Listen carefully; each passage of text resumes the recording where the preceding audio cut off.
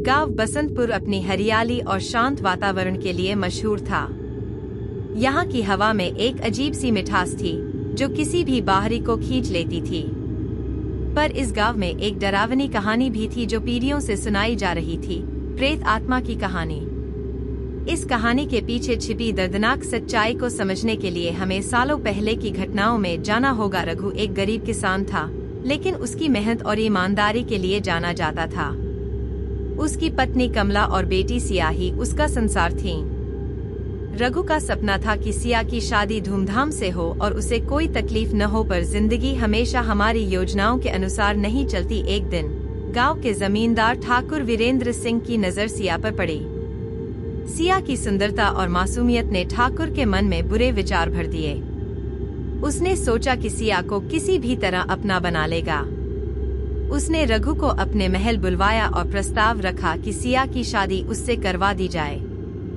रघु ने साफ इनकार कर दिया। रघु जानता था कि ठाकुर का प्रस्ताव एक जाल है। वह सिया को अपनी बेटी के रूप में देखता था और किसी भी कीमत पर उसकी खुशी और सुरक्षा को प्राथमिकता देता था। उसने ठाकुर से कहा, सिया मेरी बेटी है, मैं उसकी शादी उसकी मर्जी और खुशी से करूंगा, न कि तुम्हारे दबाव में आकर। ठाकुर वीरेंद्र सिंह को रघु की बातों से गहरा आघात पहुंचा। उसने ठान लिया कि वह रघु से बदला लेकर रहेगा। ठाकुर ने अपने आदमियों को आदेश दिया कि रघु को सबक सिखाया जाए। एक रात जब रघु खेतों में काम कर रहा था, ठाकुर के आदमियों ने उसे घेर लिया। उन्होंने उसे बेरहमी से पीटा और बंधक बना लिया। रघु की चीखें खेतों में गूंजने लगीं, पर वहां कोई नहीं था जो उसकी मदद कर सके। रघु की आंखों में आंसू और दिल में दर्द था, लेकिन उसने हार नहीं मानी। उसने ठाकुर के आदमियों से कहा, तुम लोग मुझे मार सकते हो, पर मेरी आत्मा हमेशा न्याय के लिए लड़ेगी। उस रात रघु की हत्या कर दी गई। उसकी लाश खेत में पड़ी रही और उसकी आत्मा उसके अधूरे सपनों और अन्याय के कारण प्रेत बन गई। उस रात से गांव में अजीब घटनाएं घटने लगीं। लोगों ने बताया कि उन्होंने रघु की आत्मा को खेतों में भटकते हुए देखा।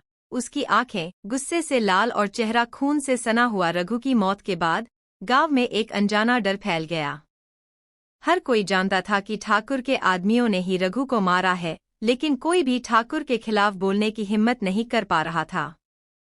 लेकिन रघु की आत्मा चैन से नहीं बैठी। वह हर रात गांव में भटकती और उन लोगों को डराती जो किसी भी तरह का अन्याय करते थे। ठाकुर वीरेंद्र सिंह के महल में अजीब घटनाएं होने लगीं। एक रात जब ठाकुर अपने महल में सो रहा था, उसने महसूस किया कि कमरे में ठंडक बढ़ गई है। उसने आंखें खोली तो देखा कि रघु की आत्मा उसके सामने खड़ी है। रघु की आत्मा ने गुस्से में ठाकुर को चेतावनी दी, तेरा अंत करीब है। तूने जो अन्याय किया है उसका हिसाब तुझे देना होगा। ठाकुर भय से कांपने लगा, पर उसे लगा यह केवल सपना है। लेकिन अगली सुबह ठाकुर का शव उसके कमरे में मिला। उसकी आंखें भयानक डर से चौड़ी थीं। गांव में यह खबर आग की तरह फैल गई। लोग कहते थे कि रघु की आत्मा ने अपने हत्यारे से बदला ले लिया है। रघु की आत्मा के प्रतिशोध के बाद भी गांव में उसकी उपस्थिति महसूस की जा सकती थी। गांव के लोग डर के मारे सही रास्ते पर चलने लगे। किसी ने भी गलत काम करने की हिम्मत नहीं की। रघु की आत्मा अब भी गांव में भटकती रही, उन लोगों के पीछे जो किसी भी तरह का अन्याय करते थे। गांव वाले डर के मारे सही रास्ते पर चलने लगे। किसी ने भी गलत काम करने की हिम्मत नहीं की।